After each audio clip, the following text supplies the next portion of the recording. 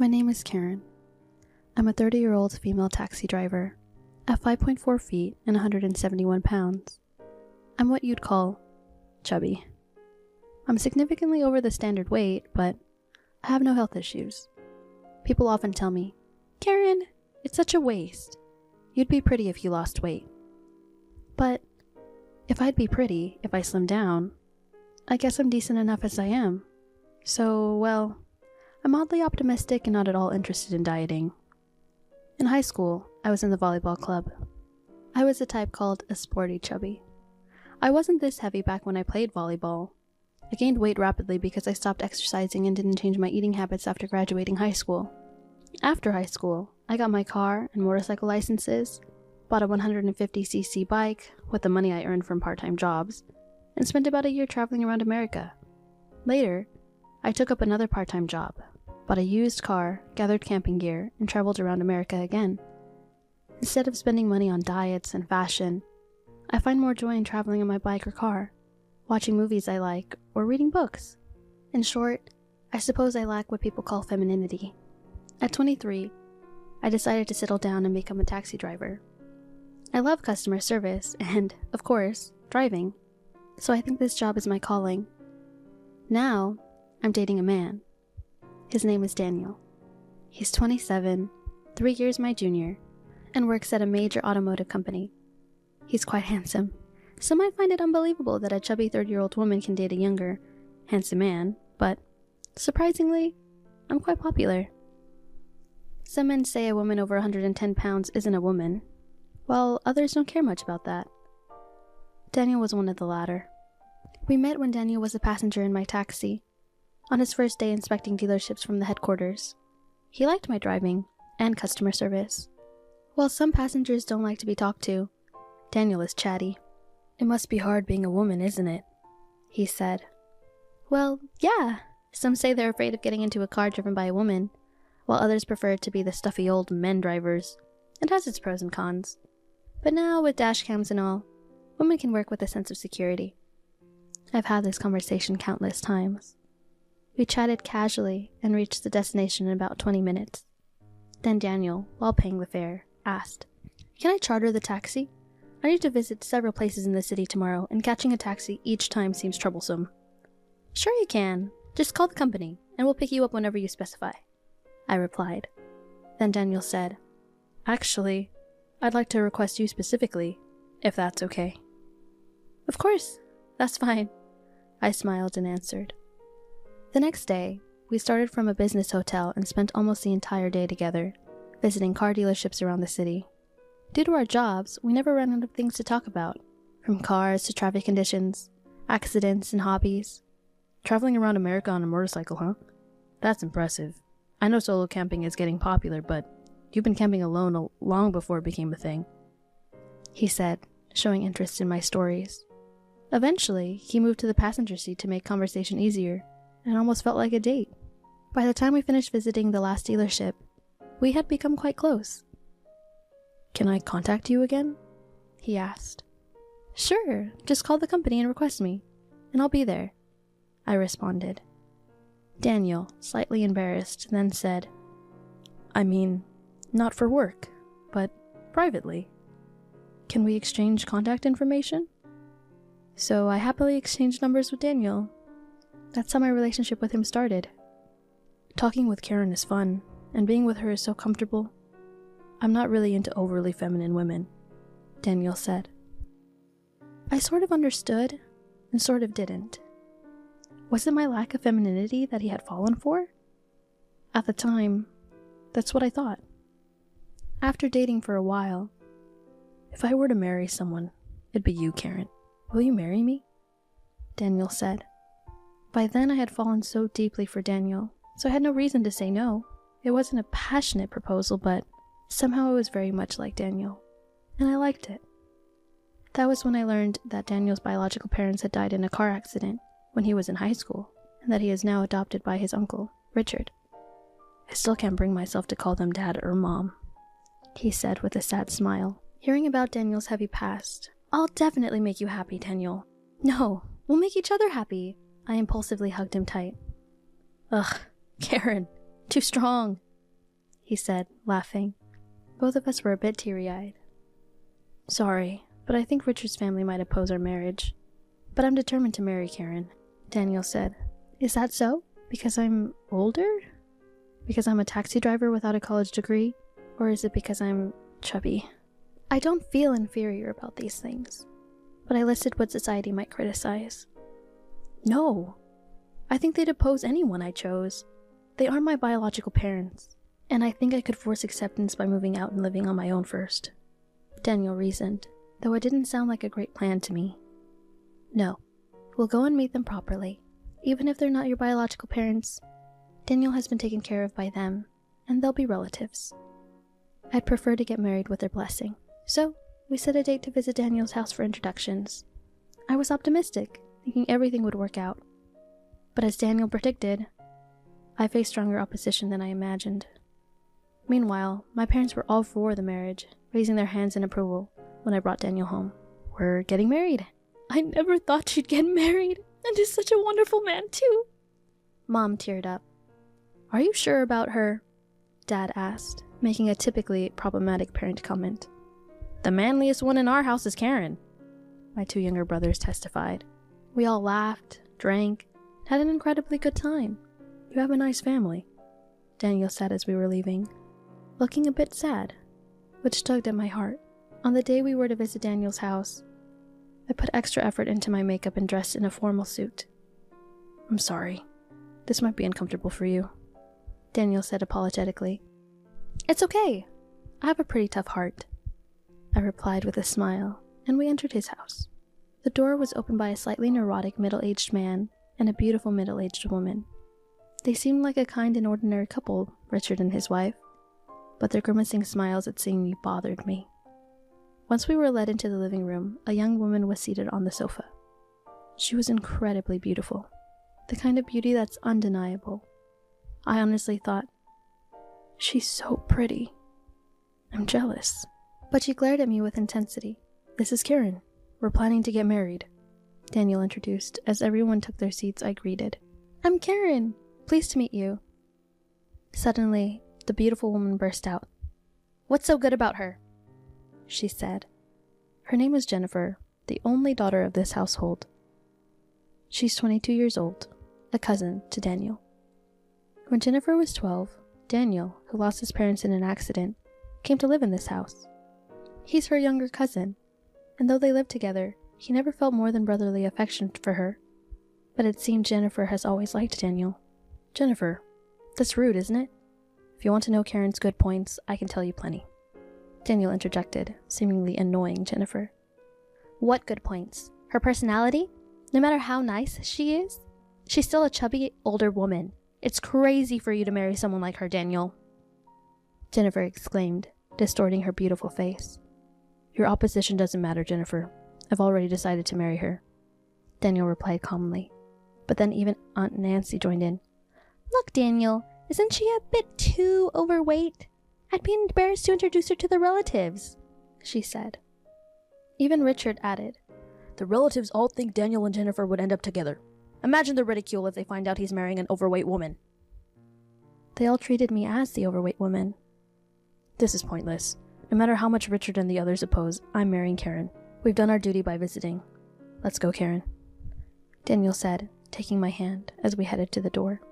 There aren't any wedding dresses for overweight women anyway, Jennifer's voice echoed behind us. I'm really sorry.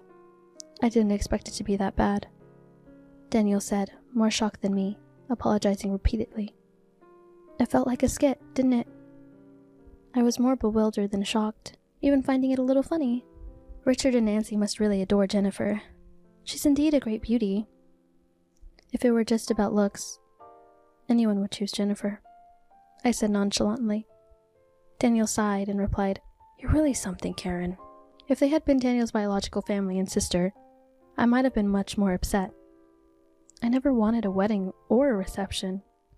I've never fantasized about getting married, and attending friends' weddings only reinforced my desire never to have a reception. I find it an embarrassingly public event. However, my parents pleaded, We want you to do something feminine just once in your life. And as a compromise, we decided to just have the wedding ceremony, which is incredibly depressing to me. On a particularly gloomy day, an event occurred that sunk me deeper into gloom. A request came in from a brand shop for a driver, specifying a female driver. "Karen, this one's for you," I was told over the radio. When I arrived, I found Jennifer waiting with a large branded shopping bag. Surprised, but not showing it. "Thank you for choosing our service. Where would you like to go?" I greeted. "Really? Driving a taxi? For a woman?" She scoffed, with a remark that almost demanded an apology to all female taxi drivers. "I don't have any particular place in mind. Can you just drive around the area?" It seemed her real goal was just to ride in my car. Through the rearview mirror, Jennifer was, as always, very beautiful. For about 30 minutes, I endured her relentless harassment, complaints, and one-sided confessions about her feelings for Daniel. If it weren't for my job, I would have snapped back. But somehow, I held my tongue and dropped her off. After finishing my shift and returning to the company, I was greeted with a complaint from the customer.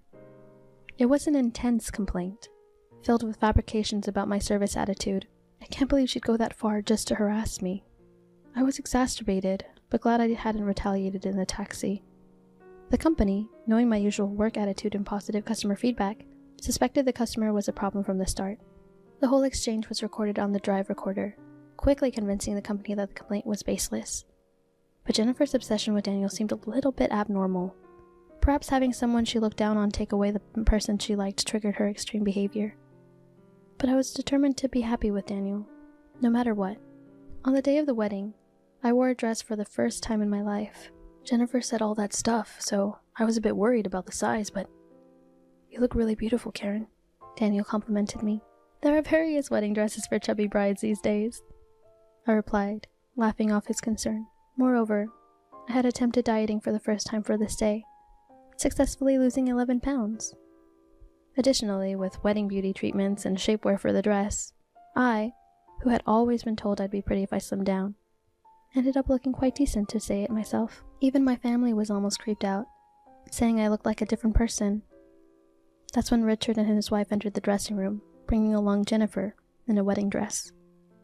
Daniel, my family, and I were all momentarily baffled by the scene. Jennifer, in her wedding dress, was undeniably beautiful, and my brothers were whispering to each other, "Who is this beauty? Is this going to be a showdown?" they said. Daniel was the first to react to this outrageous act. "Richard! Nancy! What on earth are you doing?" His anger was palpable, chilling the air.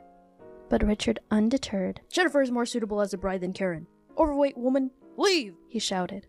It was unbelievable. "Daniel, I'm beautiful, right? Please choose me over her," Jennifer pleaded with tearful eyes. She was indeed beautiful. I acknowledged that. My parents were panicked. Mom hurriedly came to me, almost crying. "What's going on, Karen? What's all this?" Dad was slightly turning red and then pale. "Richard, Nancy, I never thought you'd be this foolish," Daniel began. "I didn't want to say this, but it seems necessary. Everyone, this might be a dull story, but please, listen.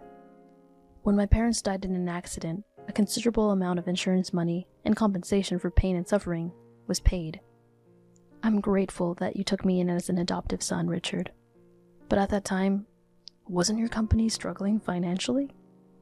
As Daniel spoke calmly, Richard's face turned red. "What are you saying out of the blue? Are you suggesting I took you in for money?" he shouted. "I wouldn't go that far, but it's the fact that your company recovered afterward, right? That was just coincidental timing." His agitation made it clear Daniel was not mistaken.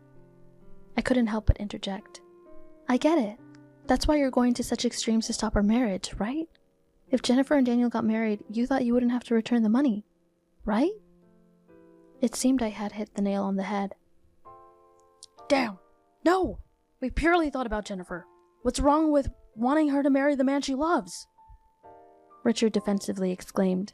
In a way, Jennifer was also a victim, though I couldn't feel any sympathy. Why would you choose an overweight woman over Jennifer, who's so beautiful?"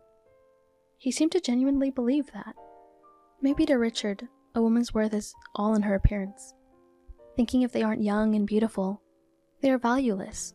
Maybe it's because Richard raised Jennifer this way that things have turned out like this. I heard from Daniel that you often tell your wife she was beautiful when she was younger.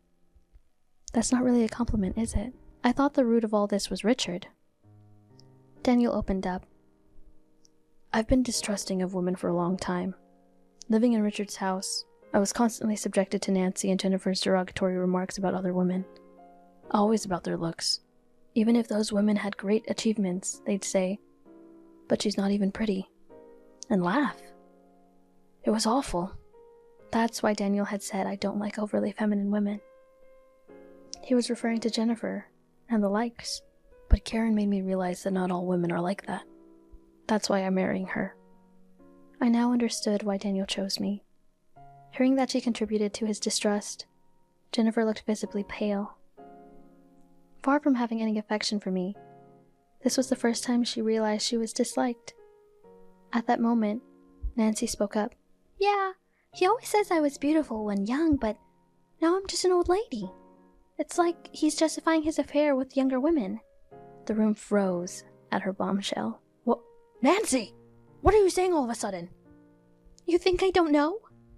Dad's been having affairs?" Caught off guard by Nancy's sudden attack, Daniel, my family, and I just watched the family's argument unfold. When things finally quieted down, Daniel said, "I won't ask for the embezzled money back. Richard is my uncle, and I owe him. But I'm leaving that house. Karen and I will be happy together." He took my hand. "Let's go then," he said. "Right. It doesn't feel like a wedding anymore. We've worn the dress, taken pictures. That's enough. We'll personally apologize to the guests who were supposed to attend. Richard will handle the last-minute cancellation fees." Without further ado, we left the dressing room. Afterward, we submitted our marriage registration and officially became husband and wife. We visited Daniel's parents' graves. "Dad, Mom, I want to introduce you. This is Karen. I've married her. We'll be happy together. So please, rest easy." Daniel introduced me to his parents like that. "Hello, I'm Karen. Please look after us." I bowed my hands together, even after deducting the amount Richard embezzled and the wedding cancellation fees. A significant sum of money remained with Daniel. It was the money his parents had left for him. We decided to use it as a down payment to purchase a condominium, to live in together. After the hectic days of various procedures and moving, we settled down and invited my family to our new home for a small family-only party. "Man, Karen was so cool at that time. Really impressive. It's not all about looks, for women or men," said my cheerful brothers. "But that girl and her mother are a bit pitiful, aren't they? They're so beautiful, after all." Mom seemed a bit sympathetic.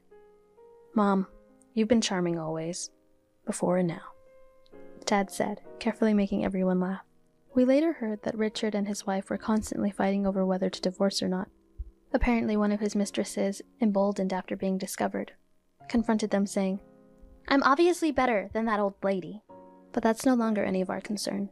Jennifer, it seems, turned to overeating due to stress and gained about 44 pounds.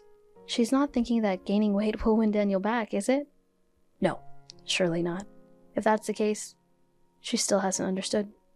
It's not about looks. I believe it's good for a woman to want to be beautiful. However, looking down on others or adopting a superior attitude because of beauty is wrong. Looks fade with age. What remains then? The beauty of the heart is a treasure that doesn't fade with age. We canceled our wedding at the last minute and didn't have a reception, but we're planning our honeymoon.